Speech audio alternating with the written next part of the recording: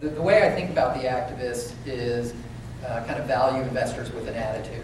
You know, these guys, they tend to get into situations where there's good value in the stock at the time that they get into the situation so that there's little downside, and then they try to shake things up, right? And they shake them up in multiple ways. They shake them up by insisting on changes in governance. They shake them up by insisting on restructuring plans. They shake them up by insisting on large dividends to shareholders. And guess what? If any one of those things comes true, that's a pretty good return for an investor who doesn't have to be in the investment for any particular length of time. There's no time for it. I have a slightly less charitable view of most of the activist community.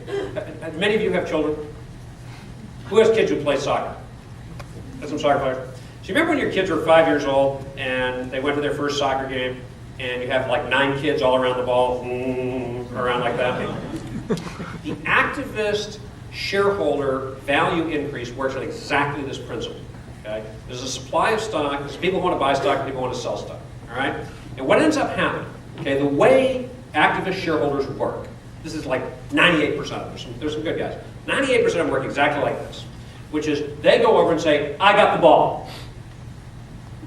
And then a bunch of other people say, oh my God, Carl Icahn has the ball. They go over, everyone gloms on. In other words, all it takes is a little bit more buying pressure to move the stock price up. The guys who were there first then leave. That's Carl's normal pattern, by the way. Right, you know, blah, blah, blah, this, that, the other thing, I'm going to do this, that, the other, so the stock price goes up. And why does the stock price go up? Is it because there's been a dividend? Is it because there has been a restructuring? It's because there's a new plan? Is it because no, it's because more people buy the stock. That's why the stock goes up. Right? And so they attract it, stock goes up a little, the guys who got there first leave. That is the way most shareholder activism works.